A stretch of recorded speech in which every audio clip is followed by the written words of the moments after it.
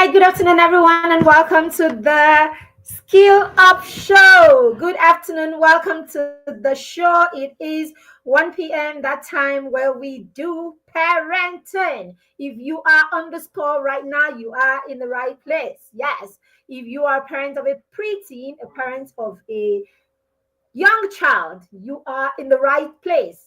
If you are a toddler parent and you find yourself here, meaning if you're a parent of of a toddler and you find yourself here, I bet you are in the right place. You know how we say it. You don't go to war without getting prepared. You don't prepare on the day of war. You prepare before war. So yes, if you are raising a toddler right now, you should start listening to the conversation on the Skill Up Show and all of the shows that we have, because in this community we talk about how you can support your young children and your preteens, your 6-year-olds to about 13-year-olds, even your 14-year-olds. And that is why even if you are a parent of a teenager, then there is something here for you. Perhaps you have that teenager that is still struggling with some aspect of, their life. There are always nuggets, always strategies that you can take from here and apply even for your teenagers.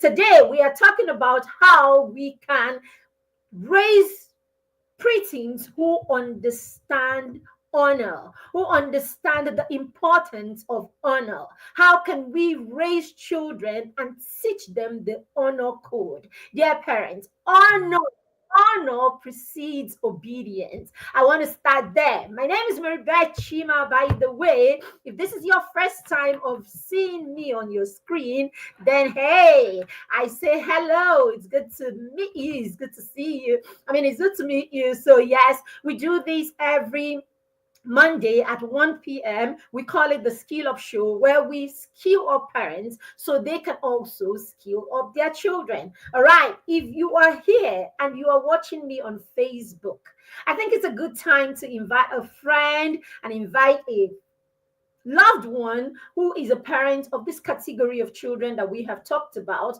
so that they can be a part of the show, because there is always something here to learn, because we are skilling parents up so that they can in turn skill up their children. All right, if you are on YouTube, why don't you share a link with a friend or someone who needs to be here also, so that they can also join us? Why don't you go ahead and do that? Take a minute right now and share the link with someone, tag someone on Facebook so that they can join us on the show. All right. A lot of times when I go live, it doesn't show on my timeline straight up. You need to adjust it. Sometimes it just shows to me only. All right. So let's take a second while I take a second to look and be sure that that is sorted. Why don't you go ahead and invite a friend, tag a friend, or share a link with a friend so that they can also be a part of the show. If you are catching the replay of the show, also say hello and let us know that you joined us for the show. Also, let us know where you are joining us from. So we're just going to jump right in and throttle on, expecting that you have done the needful, inviting a friend or sharing a link with someone. If you are watching us on YouTube and you have not subscribed to our YouTube channel, why don't you take a second and hit on that subscription button, and also hit on the notification so that you can get notified whenever we come live. And of course, while you are here, you can ask your questions, you can put down your contributions, say something in the comment section so that we can make this session as interactive possible. We are always excited to be on your screen and to be a part of your parenting journey. All right, I started by saying that honor supersedes the obedience. And a lot of times, especially in this part of the world, as African parents, we were raised as African parents, as children. Most of us who are parents today were raised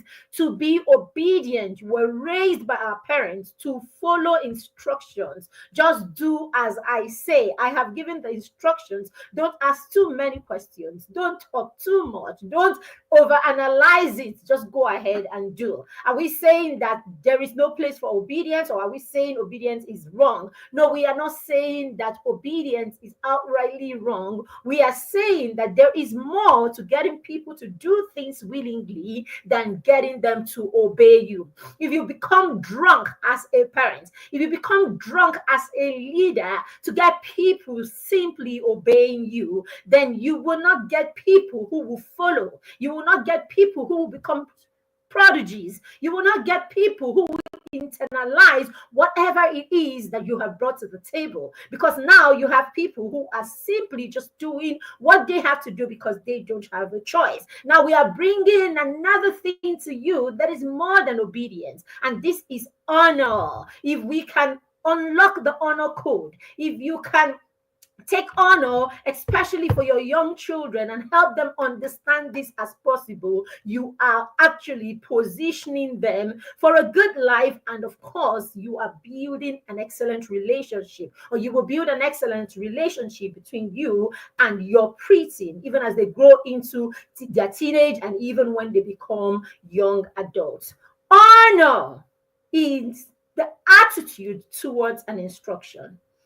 Honor is the attitude towards an instruction. It is not just about doing something. It is not just about eventually, it's not just about the end result. It is the attitude with which something is done. I need you to try and process that in your head. Okay, let's take an example. Let's take a simple practical example. We try to be as practical as possible on this show because we are dealing with parents of young children. All right, you have just come back from work and you are tired, you're tired, you're exhausted, and all that. And then you walk into the house and you have the kids in the living room, okay, watching TV. And you sit down somewhere, perhaps in your room, wherever, and you say to the child, I am thirsty. Could you give me a cup of water? One child pauses whatever he's watching, runs immediately, gets you water, and then does it in such a happy mode. And that child brings that water to you. Another child hears you and goes, okay, mommy. And the child continues playing that game.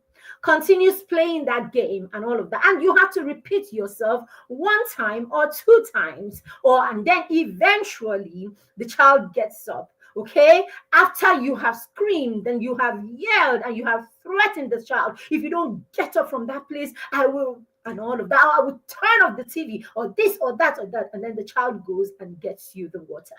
Now, at the end of the day, what is the end result? Both children got you water to drink, didn't they? All right. The difference now is in the how. The difference now is in the attitude. Remember, the first one paused immediately, went off, got you the water, willingly, smiling, and while at it is even probably asking you, how was your day, mommy? Or I can see clearly that you're so tired. I think you should just go and get some rest. And then the second one, after you have gone and you have yelled and you have threatened and all of that, stands up, drops the remote control, grudgingly goes, gets you the water. In fact, this one goes, gets the water, just holds it shabbily, not on a tray, nothing, and just comes and presents it to you.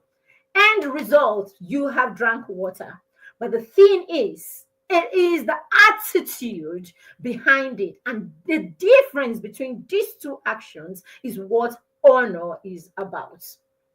Honor is showing respect, appreciation, and a high regard for someone's role and their values.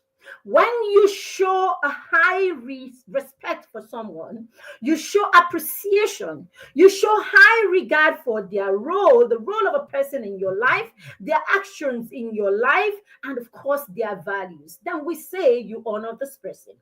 But when you have to move and do what you have to do because that person is in the room or that person is in the space, and by virtue of the fact that you do not have a choice, you are forced to respect them, or you are forced to do what it is that they have asked you to do. In this case, you are respecting you are obeying what it is that the person wants you to do. honor could be missing, or honor is definitely missing when you don't have a high regard for this person, when you don't have a high regard for their values, when you don't have a high regard for their actions, and you do not show gratitude. So, gratitude on its own, the ability to show gratitude, is a huge part of honor. So, when you meet parents or you have children who do not appreciate you for the things that you do, when we raise our preteens not to appreciate us, not to see beyond just the pizza and the things. I mean, you do so much for your children and they don't see, there's no way that they act like they appreciate it, and all of that. When that is the case, you are raising people who do not know how to honor you. If your children only honor you when you bring pizza, if your children only honor you, or your children only show gratitude when you give them material things, then parents, you need to stop and think about it. You are raising children who only obey you and do not understand the honor code yet. All right, so these are the things that we are talking about today. Honor is higher than obedience all the time. It is higher than obedience. It is understanding the worth of the other person. So in this case, it's our children understanding our worth as their parents and treating us with dignity and kindness. So when as children, we have raised, as parents, we have raised children who understand our worth. We have raised children who understand the things that are important to us. We have raised children who show us kindness. We have raised children who respect our sense of dignity. Now, it means as a parent that we have raised people who honor us. Now, this is the irony. When you raise children who do not do all of these things, or when our children do not do all of these things, it is not because, sorry, just give me a second, I need to charge something. When our children do not do these things that we're talking about, all right, when our children do not honor us as we are talking about, it's not the children per se. A lot of times it's because of what we have done or have not done in raising these children. It is what we have done or have not done. So it could be what you have done intentionally that has led this child not to understand the place of honor in your relationship.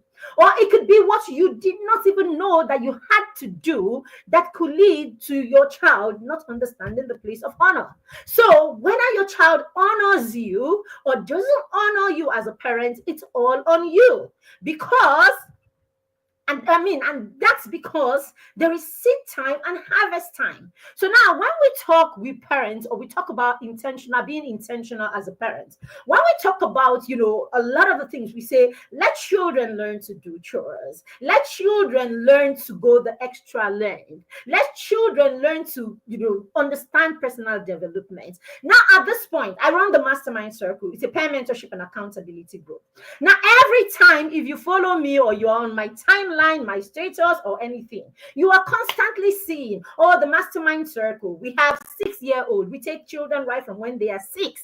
Okay, we want children to develop themselves. We want children to understand self-development. We want this. We want that. We want to teach the children this. Usually, you will see it. You will scroll and pass. You will scroll and pass. All right. You scroll and pass. And then we say, children need to start doing chores. And then we talk about that. And then you will see it. You'll be like, I beg you, this is child abuse. Let children be children. Let children watch TV and all of that. That goes. You see other people who get their children to be involved in community development, and then you go, I beg, let children be children. We see parents who have their children involved in the everyday activities in their homes. You say, no, I can't deal. Let them have 2 helps in the house. Let's have 2 domestic staff, 3 domestic staff. We can afford it. Why not? I've told the story before. I worked with a family And one day the child was coming, over to the place where we sit together. And I noticed he passed and all of that. And I'm like, why didn't you say hello to the men at the gate? And it's like, my mom said I shouldn't be greeting them. All right. So that's it. Some of us go the length of telling our children these people or certain people are beneath you, or certain people are not at your level. So basically, you do not greet them and things like that. And for some of us, it's not an outright don't greet them. We don't say an outright don't greet them. But the action around our everyday life really tells your child don't greet them. Some of us have young people who come to stay and work in our homes. We have 18, 20-year-olds, people who work with us as nannies and all of that. You get your children, eat, dump the plates for them. You get your children, basically there is no system that ensures that your children accord any form of respect to these people who are obviously much older than them. All right. And then we are there. We're doing, as far as we're concerned, we're doing the right thing. All right. Then there is that one where the way you even treat these people, the way you treat these people, the way you speak to them, the kind of life that you give them right there in the presence of your children, that on its own has already taught your child honor code. Okay. So a lot of the things we do, knowingly or unknowingly, directly or indirectly, would teach our children the place of honor or dishonor.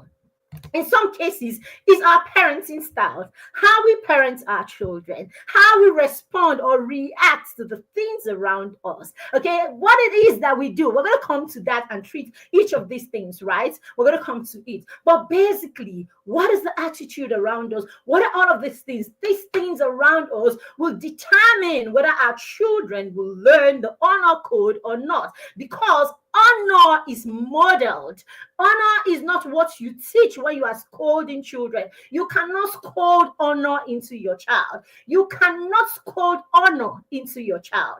You cannot scold, I say again, honor into your child. You cannot even beat honor into your child. You can only scold obedience. You can only scold obedience, and you can only beat obedience into your children. Honor, you don't do that. So that's why a lot of times we get children who become dutiful. They become dutiful because they've been passed through a system where they have to do something out of obedience, out of fear, out of the fact that it has to be done. They do it grudgingly for the longest time. They do it to get away from trouble for the longest time. They do it to leave you in your space so that you can free them.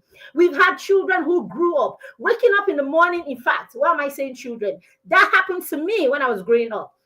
At some point, I had moved and I came to stay with my aunts. I had moved. I wanted to move to the north at the time. Okay, and so my parents allowed me make that decision, because at the time my parents were relocating back, to my state. My father was getting, okay, just a little background. My father was getting a bit into some sort of politics, and he was moving back, to the south, all right, and I didn't want to hear of it, and so I was allowed to go to come to Abuja, right, to come and be with my aunt and all of that. Okay, so I came, and of course, I started staying with my aunts, lovely, amazing human, and all of that. But there was a lot that I was so misunderstood as a young preteen. Okay, also misunderstood as a young preteen, and all of that. And it got to a stage in my life where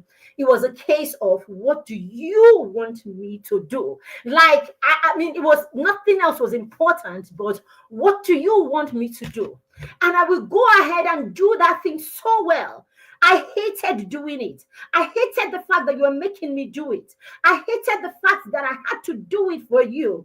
But I did it anyway, because that was a survival. I mean, it was something I needed to do to survive.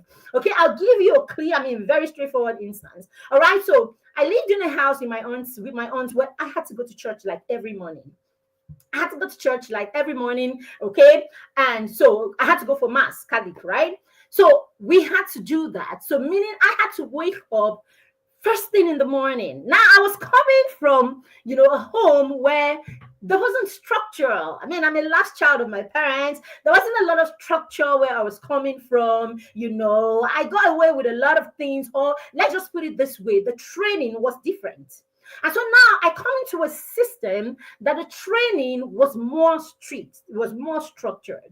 But nobody thought that there was a need to help me transition, right? To help this child transition from what she's known for a whole 12 years of her life. So there was no place for transitioning. There were just expectations after expectations, expectations after expectations. So what will happen is, while every other person was getting up at 4:30, come on now, I've never woken up at 4:30 in my life. I was waking up at 7 to dress, eat food, and run to school. That's where I was coming from. And so all of a sudden, I found myself in this place where there was no orientation. There was just demand here, demand there. So it was a whole roller coaster.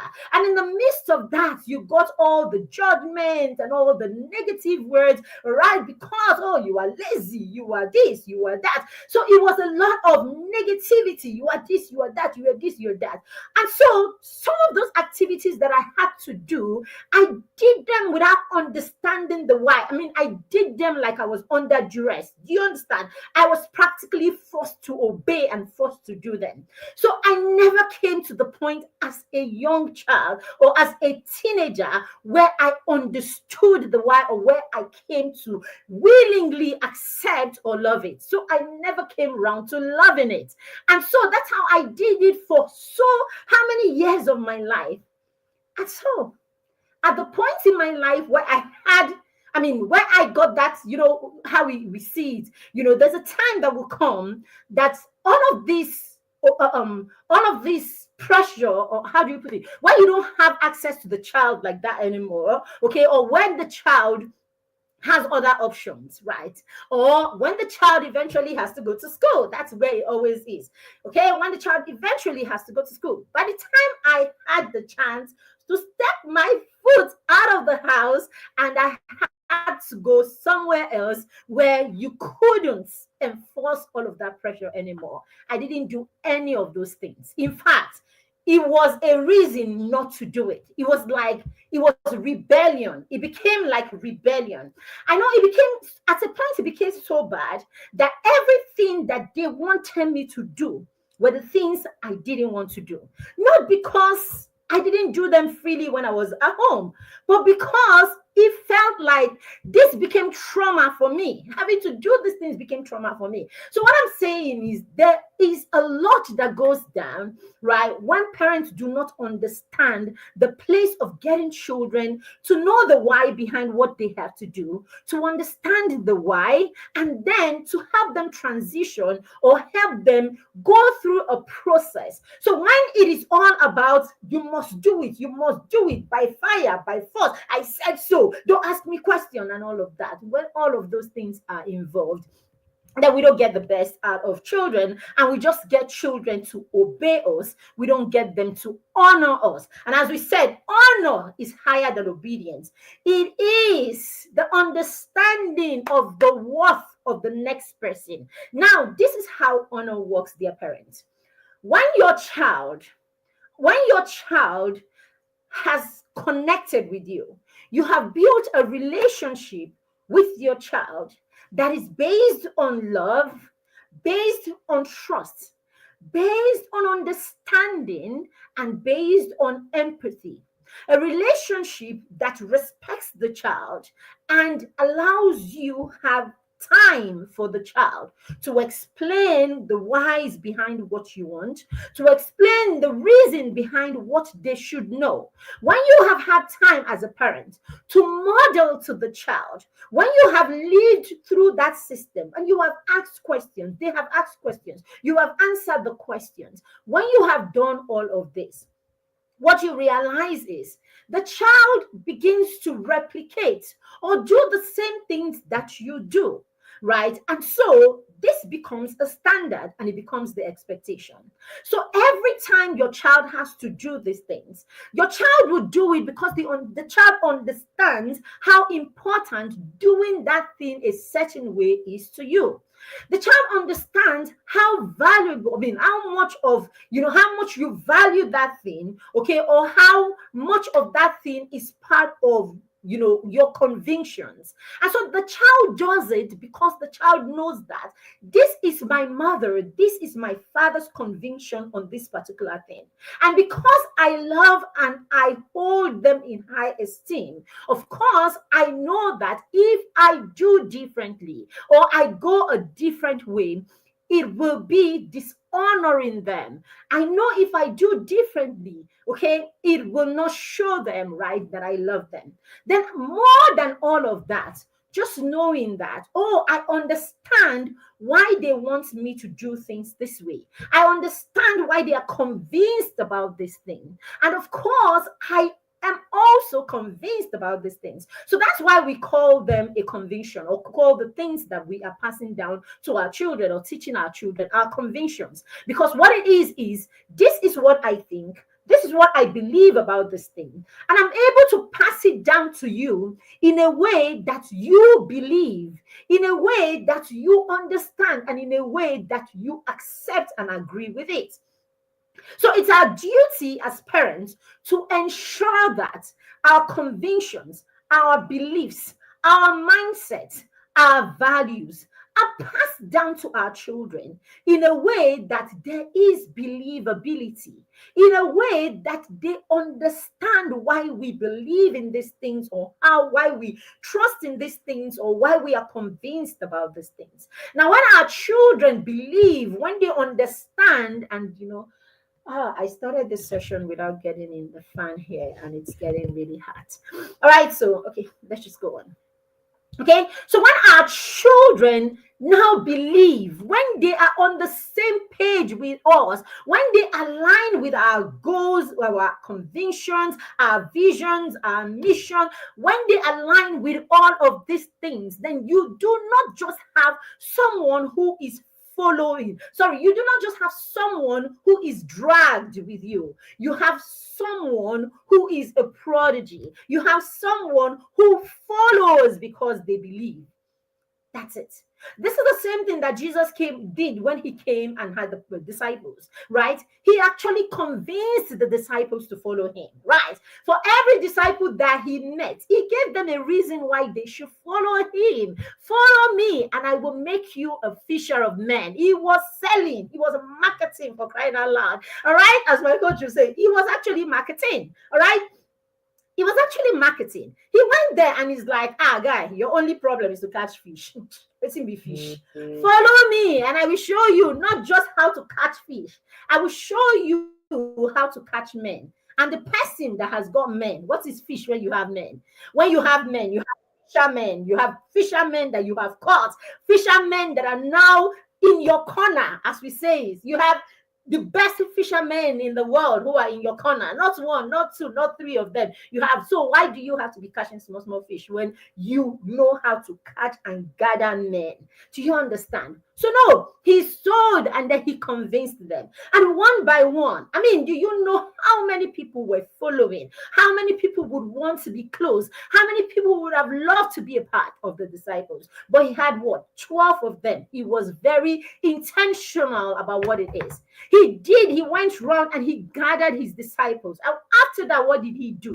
He started to teach them. He started to pass down his convictions. He started to model to them. He modeled to them. He passed down his convictions. He passed down his beliefs. So all of those parables he had to tell them. All of the times he had to answer them. All of the times he had to take them with him and watch them, have them watch him do those miracles. What do you think he was doing? He was actually teaching. He was actually modeling to them and showing them what it is that they are. I mean, what it is that is possible and what it is that they are capable of. It is the same thing we are supposed to do with our children. And so that's why when we hear parents say, I am too busy. When we hear parents say, I don't have time. When you hear parents say, I mean, do I not have to go and make ends meet? You begin to ask the questions. Who is going to be the Jesus for your disciples that are your children? Who is going to show them the how? Who is going to pass the convictions? If all you do with them is drive them in your car, or all you do with them is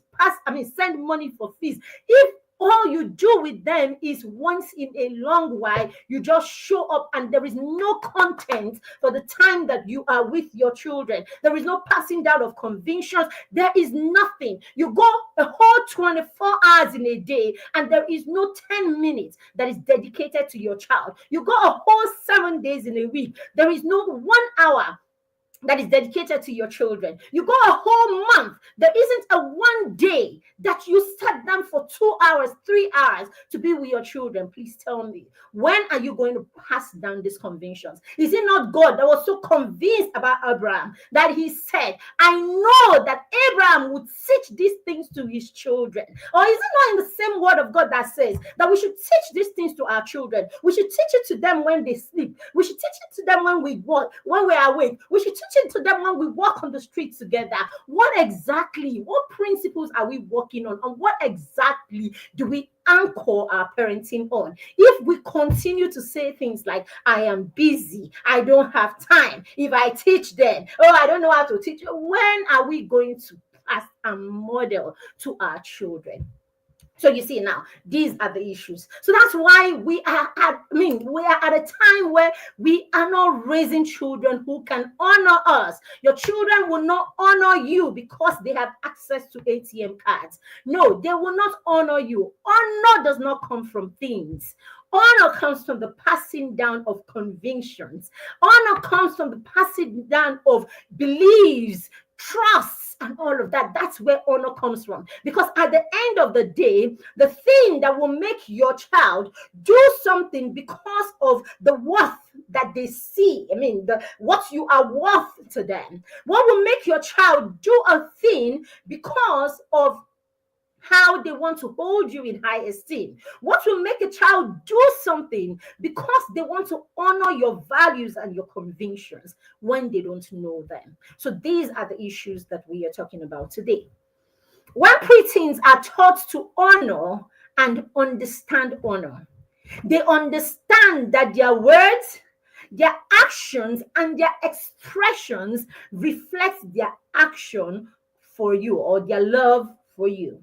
So when we teach our children about honor and our children begin to understand it, they will realize that what they say to you, what they say when they are angry, what they say when they are upset, what they say when they are excited, what they say when it matters, they will know that it is all a reflection of how much they honor you or dishonor you. So your children begin to tie their expressions, they begin to tie their actions to honor or dishonor. See, if you honor your parents, or if we honor our parents, because a lot of us do not honor our parents. That's the truth about it. A lot of us, yes, we love them. They were the ones that gave birth to us. There is that thing that comes with the fact that, oh, this person is your parent. And so you love them by virtue of the fact that they are your parents. But when it comes to honor, a lot of us do not really honor our parents because we don't even understand what it is to honor our parents. As we have said here over and over again, honor is not in doing the things that you do. Honor is not that you are obedient and you do what you have to do. Honor is not that you eventually showed empathy or that you are kind. You just do what you have to do because this is what children do for their parents. Honor is not just doing the things that society expects that you do for your parents. It's not, if you've been following. Honor is much more than that. It is when you regard someone, when you regard the role of that person in your life, when you regard their actions, when you regard their values, then we say you honor this person.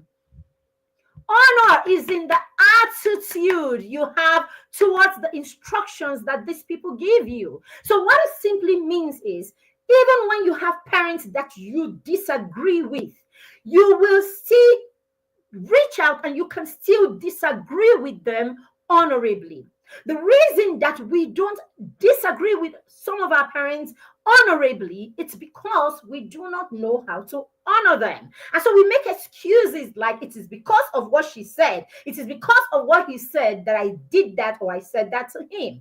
I was watching one of these videos, TikTok videos the other day, all right, and I saw a bunch of children. One of these Well, I mean, there's so many challenges these days. So it was one of those challenges. We something we listen and we don't judge. That's why I say. I mean, it is. And a teenager couldn't be more than 15 or 16. So she actually stepped up and she said, I beat the hell out of my mother the other day. Right. I beat the hell out of my mother the other day. You know, so the world has become so woke that sometimes we hear these things and we want to laugh and say it's not possible. Or is it like we don't know that there are children who have actually beaten their parents before?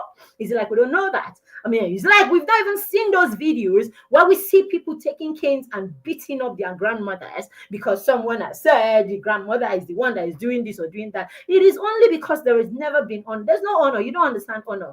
That's why, for whatever reason, you take a cane and you'll be beating an old woman. We've seen that. We've seen, I mean, old people who are, you know, so elderly that they can't take care of themselves anymore. And you see people who take care of them, insult them, hit them, slap them, and then say all kinds of nasty things to them. It's because there was never honor. And it's because of how we are raising children, or how we were raised, basically. It's because of how we were raised. You were raised with parents hauling down insults at you, or screaming and shouting at you. Of course, so this is what they have shown us to do when people are vulnerable. So at the time we were vulnerable, our parents used all kinds of nasty words towards us. They were not nice in, you know, in dishing out the instructions. And when we failed in those instructions, there was a way that they went about it and all of that. So when life, you know, I mean, life, that's the thing about life, all right? So when we come to that phase where the parent now becomes the one that is needy or the one that is vulnerable again, you realize that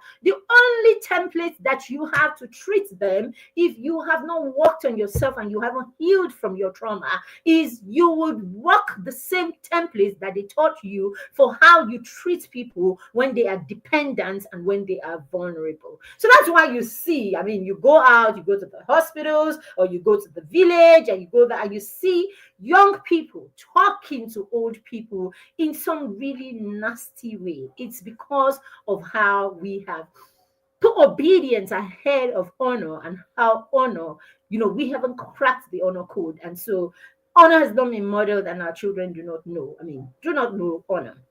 So if you want anything different, and if you want to raise children who will understand honor, then today we have to start today.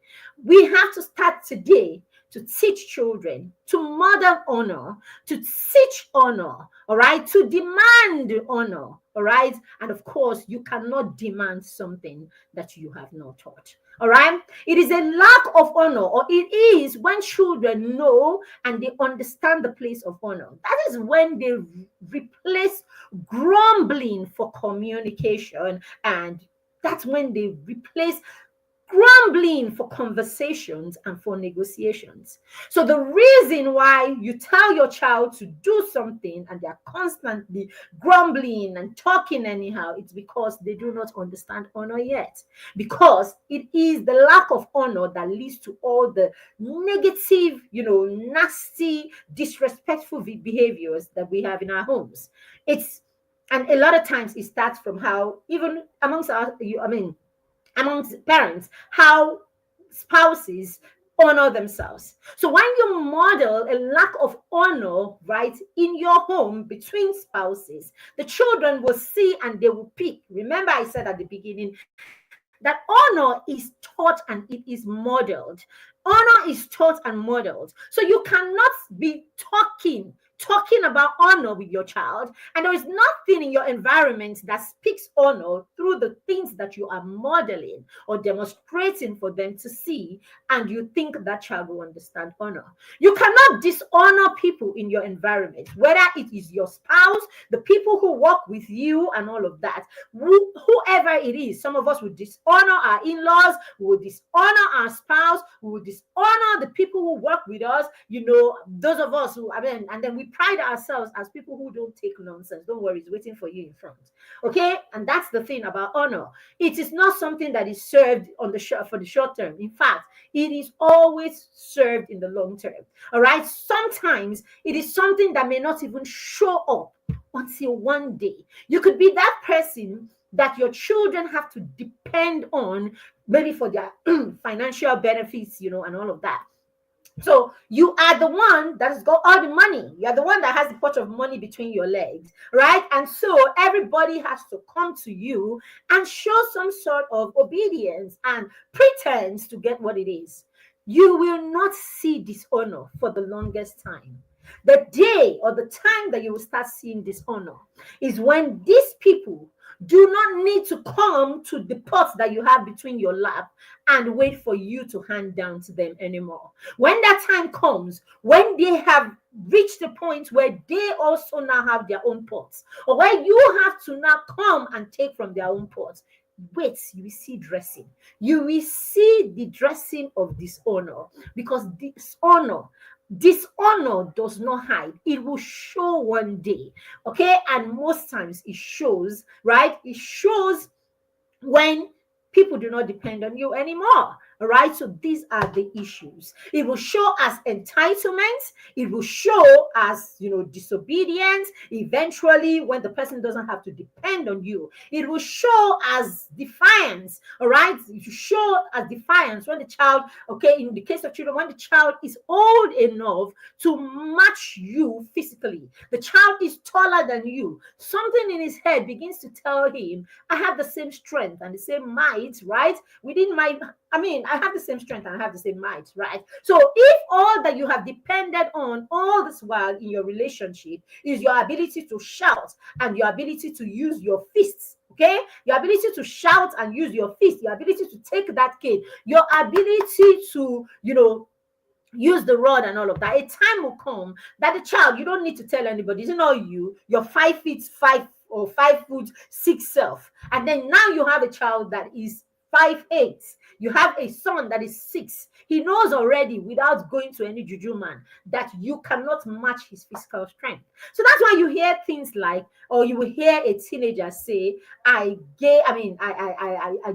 did she even put it? Okay, look, but don't talk. How did they do that challenge? We listen, but we don't judge. I beat the hell out of my mom. Of course, she looked at it. When you can beat someone, you will know. When you can beat someone, something tells you that I can. So that's what happens, really. That's what happens. And so if all you have used, as I said, has been physical strength and the toxicity of your mouth or your tongue, if that's all you've used, don't worry, the child will come where say you had 5 words per second or whatever, you will see the child will have 20 words per second. That is when they will tell you one and you will cry for the entire day, because now the the vulnerable has learned, right, from the trainer and has overshadowed the trainer. So they will multiply whatever it is that you teach them. So when they come back at you, they will tell you the things you told them and tell you extra on top, extra on what it is that you told them. So no, you don't want to depend on things like that when we are raising our children. So we don't want to depend on obedience. Obedience will give you short-term results. That's the thing. Obedience will give you short-term results. All right. So will you get the child to stop an action when when you use one of those harsh means? Will you get them to stop? Will you get them to stop the actions? Yes, you will. Will you get them to stop an action when you insist, this is what I want, don't tell me anything, this is it, and all of that? No reasons, no nothing, this is how it should be, right? Will you get an action immediately? Yes, you will. But then again, it's the long term that we are talking about. We're talking about what we can live with our children today that will last a lifetime. That's what we're talking about. That will last a lifetime, that will become their response in our relationships, that will become their response in their own relationships, that will actually be a skill that they use in relating with other human beings and navigating life. So we want to empower our children in a way that we equip them with how to treat people, how to honor people, whether these people are above them or whether these people are beneath them. There is honor for every kind of person. There is honor for the dignity of humanity. All right. In fact, by virtue of the fact that you are a human being, you have dignity. So if we teach our children to understand that irrespective of social status, irrespective irrespective of anything at all. The fact that a person is a human being, the person deserves to be treated with a sense of dignity. So you honor them as human beings first. And then we begin to teach honor at different level. So these are the things that we are talking about. So when we show and we teach our children honor, then our children will show up. All right, they will show up in the words that they say to us, in the actions that they display with us, in the expressions, right? What expressions they give off when they are with us. All of this will show whether our children honor us. Very, very key. I said, when they know this, our children will also replace grumbling for communication when they understand this, when they understand the place of honor. When our children understand the place of honor, our children will understand the things that are valuable to us. They will understand the things that are our core, the things that are our convictions. And you realize that our children will connect with our convictions because now they are operating with us from a place of honor. Very, very key. So when we raise children with the honor, or when we teach them the honor code, then we're raising them not just for today, not just to do what we say, not just to act the way we act. We give them permission to question us. We give them permission to share their opinion. So when we raise children with the honor code, we make them become people who can use their voice. We make them become people who can share their perspective in life, okay? A perspective of different issues in life. And so that way, we give them permission to be bold and confident. So many times, the reason some of our children are timid, the reason some of our children are not bold, can't stand for themselves or for anyone else, it's because we have taught them obedience and we didn't teach them how to honor.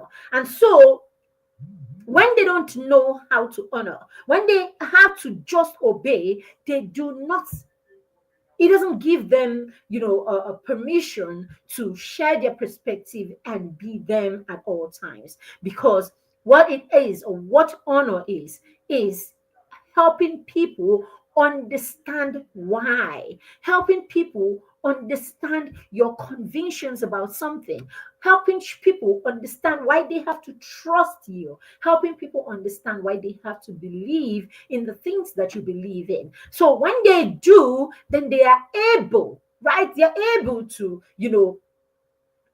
when they're relating with us, they're able to work with us, taking into consideration what is important to us, taking into consideration what will make us happy, what are the things that are valuable to us. And so they are able to act in a certain way, putting all of this into consideration. They're able to appreciate us, they're able to appreciate our actions, they're able to respect us, and all of that. So you see, when there is honor, respect will happen automatically. So these are the things that we are looking at. So let's look at what we can do today to get our children to honor us, or what we can do today, or what we can model as honor to our children.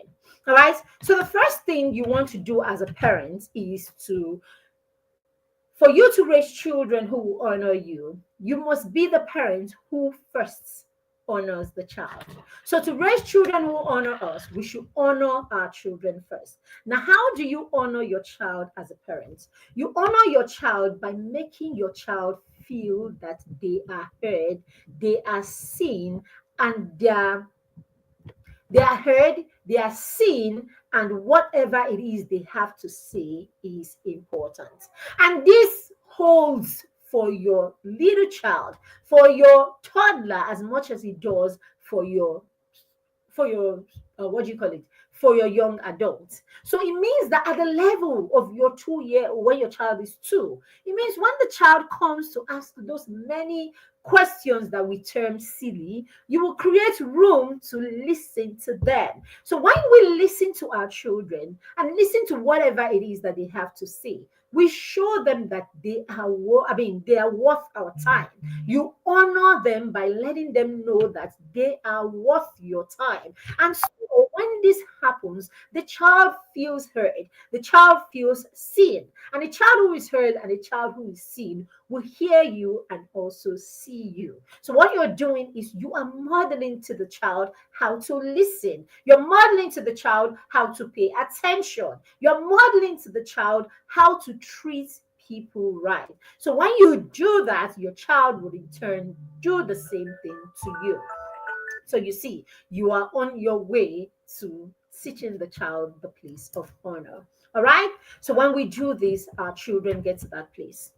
Number two, when we treat our children and when we treat our children as good as we treat other people. And I know what I'm talking about. I'm saying this because we have seen a lot of cases where you see parents, you see adults, when they are outside, when they are in their workplaces, you see how you accord respect to the bosses, to the clients, and all of that. And yeah, when you come home, you become a tiger in your home. Nobody can do anything, nobody can say anything. You are there with your feet constantly scratching and yelling and all of that. So when we learn to bring the same kind of energy that we give to the best people outside, the people who probably pay us for our services, the people who probably provide the jobs for us. Okay, I like the way Coach Wendy Ologe puts it. She says, when you bring customer service home. So when you bring the same customer service that you give to your clients out there, all right, when you bring the same customer service that you give to the bosses out there, when you are able to bring it home and then treat your spouse and your children with the same customer service, then you are teaching them, you are modeling to them how to honor, and they in turn will learn to honor you that same way. So that's another way to teach honor and to bring honor home in a way that your children can imbibe it. Number three, when you teach your children how to go the extra length, when you teach them how to go the extra length for you and for the people who contribute in their lives, what you are doing is you are teaching them the honor code. All right. So in our home, all right. So this here is a box that I got on my anniversary. All right, so this box has got 20 envelopes like this. Okay, so I have it right here. So this box has got 20 envelopes like this, and for each of these envelopes, my children wrote, it was our 16th anniversary. Okay, so if you see here, it has 16 reasons why we love you. That's what's on this. All right, so I have a pink one, and my husband has got a blue version of this. And in it, they have written 16 reasons why they love me. This one says, dear mom, we love you because you are funny. All right. So the children have written 16 things in here. Now they could have simply just, they earn an allowance. Our children earn allowances every month. Our children have got a piggy bank for, each of them has got a piggy bank for savings, charity, gifting, spending, and they have money in them. Our son runs a business. He sells juices. Our son works for me, back office, and he earns money at the end of the month. So they could have simply, and our son can actually go to the market on his own. Our son can go to the market on his own. And then my niece is here every now and then, and she was at home at that period. So they could have just simply asked my niece, who is 22, to say she's going to the market to do anything. And they would have sent her to buy just anything. A simple card, and then they write, and what of that. Or just as it is in many cases, it could have been just another day. Happy anniversary, mom, and everybody goes their way. But no, because we have modeled over the years. We have modeled the need to go the extra. So in our family, we have family traditions that we have. And part of our family traditions is we make big of birthdays. We make big of birthdays, birthdays and other celebrations, Christmas, birthdays, anniversaries, graduations, things like these are very important to us. And for each of these occasions or each of these events in our lives, we do not just do anyhow. We go the extra. So they've watched us go the extra year in and year out and year in and year out. And so it has become a thing. So what you will see is that is a tradition, or what you will see usually when an occasion like this is coming is the children, if it's daddy, they are coming over to me and saying, what are we doing for daddy this year? And so the planning goes into it. So we begin to plan, what do we do? How do we outdo what we did the previous year? How do we do something different? And then because we're very hands-on people, or we have done a lot of hands-on activity with them when they were toddlers, because we believe that the hand is the instrument of the brain. So we do a lot of hands-on stuff with the children. So because hands-on has become a default thing, and we always have cardboard papers at home, so chances are the first thing our children will think of is what to create for you on your birthday, whether they have money or not. And so there are times where they would do that and they will still get you a gift or get you a present and all of that. But what am I saying? Let's get our children in that place where when they think about us, they don't just think the barest minimum. When they think about honoring someone, they don't just think the barest minimum. When our son, any of his coaches or mentors, has a birthday, he sits down. I mean, he can simply just write a text message and say, Happy birthday, coach this or that. Well, I mean, he can simply just write a message. In fact, I can even sit down here and bail him out because I want my son to look good to his coaches or his boy, or his mentors. I can simply just sit down there. And just write a message name there. But no, I'm not going to do that. I'm not going to do that because I am not going to make him think. I'm not going to make him think that, I will be there to save you. In fact, what am I even teaching him? I'm teaching him dishonesty. I'm teaching him, carelessness. I'm teaching him nothing. Right? I'm teaching him absolutely nothing. I'm teaching him dishonor. In fact, I'm teaching him nothing about honor. So that's why I said honor could be what you have taught your child or what you have not bothered about. And that's it. And I say this to my friends a lot of the times. Sometimes people will say, oh, children, I mean, you will hear people say, children are very ungrateful, right? We've heard things like that when parents will say, oh, children are very ungrateful and all of that, especially mothers. And what are these mothers talking about when they say children are very ungrateful, all of those things? It's you have spent your life being there for those children. You drive them to games, you take them to school, you take them everywhere, you do this for them, you post your life for them, you do all of these things, saving them all the way. And so, in all of these years, you do not teach your children how to honor you in return because you are a mature woman, and for some reason, you have learned that these things you just win them. Don't overthink it. You people are doing it too much. This parenting, hard like that. Why are you people this? Why are you people that? So you go all the way. If it's their birthdays, you pause your life. You do a big thing for everybody, starting with your husband to the last child. And then when is your birthday, they also cross their legs and wait for you to cook and do something for them.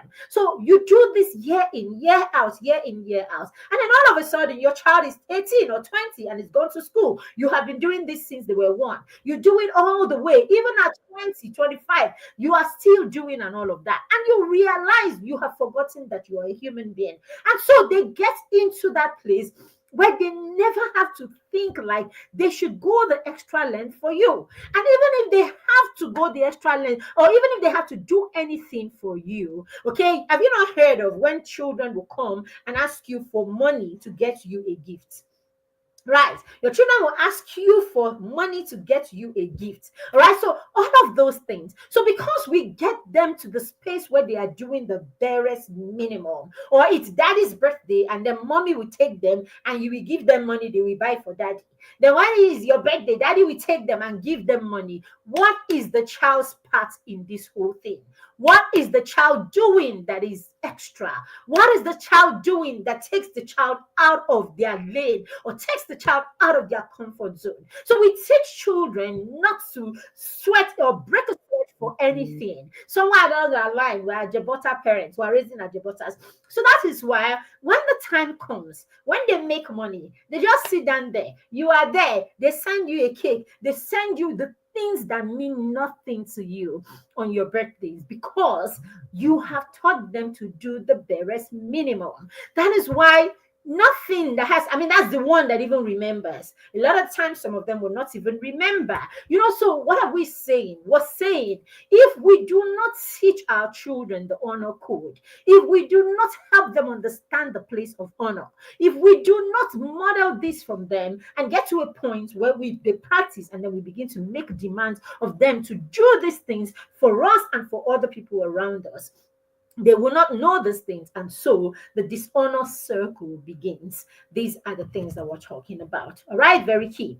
The next one is, you want to point your children to recognize the people in their lives that make a difference. You want to point your children to recognize the people in their lives that they should go out of their way to honor. For instance, their teachers, their mentors, their coaches. Some of us don't do that. A lot of times you will even sit down and you will talk about your teachers, your children's teachers, in a derogatory way around the children.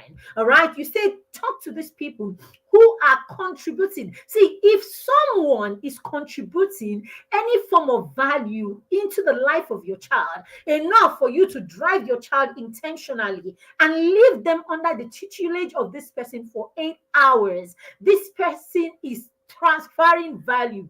Now, if the only thing you see is the money that you pay, if all that your conviction is I have paid money, so they have to teach the child, then you are thinking from a very small place. Because if you're not thinking that I have this human being that is passing her convictions, passing her mannerism, passing her beliefs, passing all of these things to my child, free flow. Your child is in a room with somebody, and what the person thinks, believes, and all of that does not matter to you. Then you're not thinking this thing in a holistic way. So that's why it's important who is teaching your child, who your children, who has the hearts and the ears of your children per time. All right, it's very key, right, that you know these things, and it's very key that you treat them respectfully and teach your children to treat them respectfully as well. All right, very, very key. The last one I'm going to be sharing is, we must teach our children the place of gratitude. Gratitude is one of the biggest way to show honor. All right, gratitude is one of the biggest way to show honor. So we have to teach our children how to show gratitude.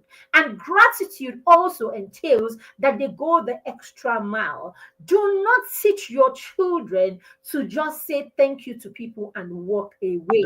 Teach your children to carry the weight, okay, to express the weight of their gratitude through the expressions that they bring.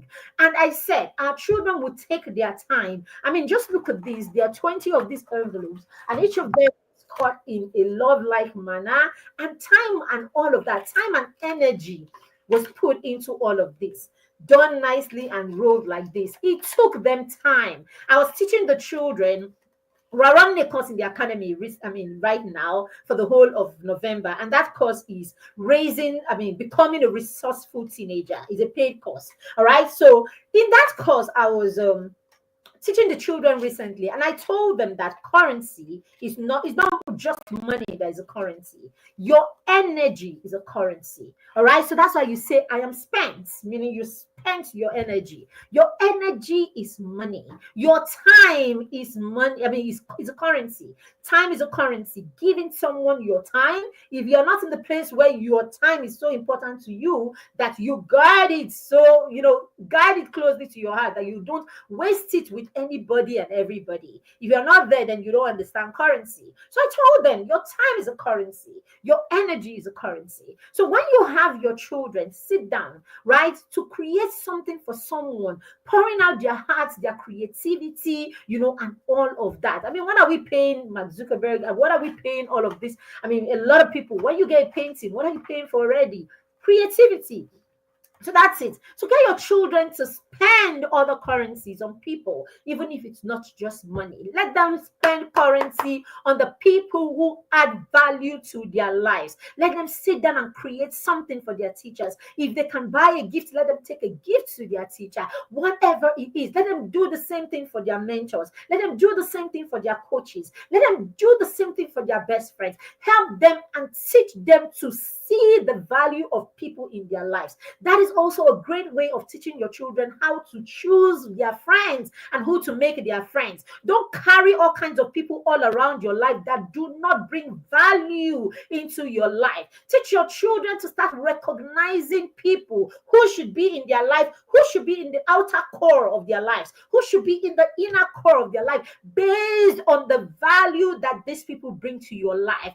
It is not bragging, it is self-preservation. Your ability to recognize who is bringing value to your life. Remember, I said your time is a currency, your energy is a currency. Why are you spending it on someone that does not deserve it? Why would you take your whole currency and you don't know? You are at what stage in your life? You still do not know who deserves what in your life. Come on now. It is not bragging. It is not charity. It is not empathy. It is understanding.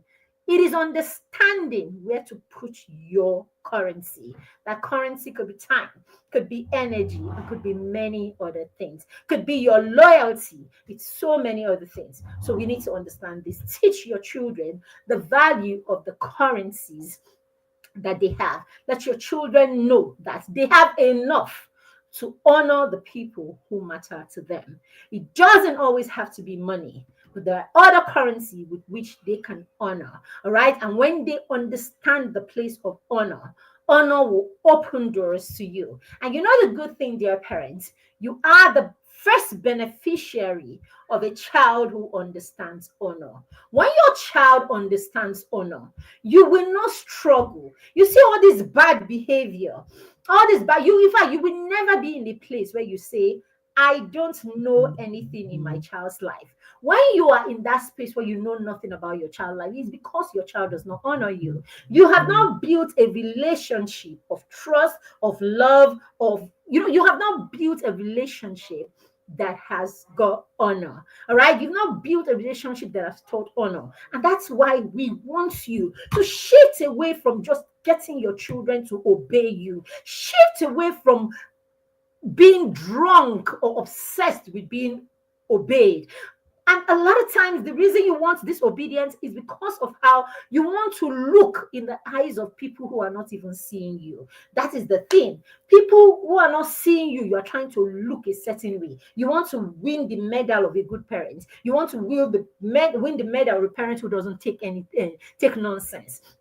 And so you want your children to act in a particular way all the time. You want them to look prim and proper. You want them to come out with good results. You want them to do as you say all the time. And because of this, you're drunk with trying to get them to be obedient. But if you can relax on all of that obedience and focus on passing down your convictions, having conversations, teaching and modeling how to honor. If you can focus on helping them understand the why behind your convictions, behind your beliefs, and all of that. If you can focus on seeing them, validating them, if you can focus on having your children respected, when you honor your children first, if you can honor your children first, honor their time, okay? Honor their time by giving them some of your time. Honor them by making them feel that they are worth you seeing them. They are worth your time.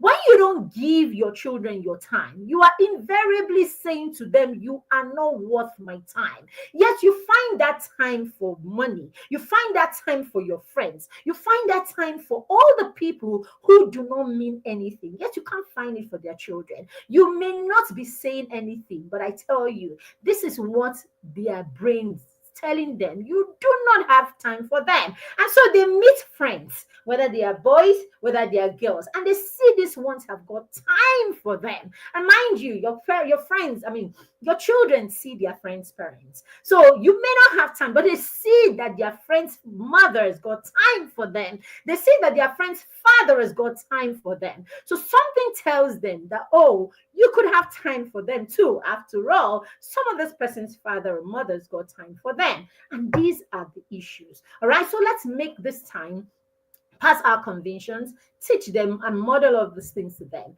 And then, of course, we will see them, okay, begin to honor us. Because when your children crack the honor code or they understand honor, the place of honor, you are the first beneficiary. So thank you again for joining us today in today's session. We do not take it for granted. And so, yes, yes, yes, yes, yes. Have you ordered any of our period? We have a bonus that is going on right now. We have amazing, amazing books. Have you seen our book, Christmas Stories for Champions?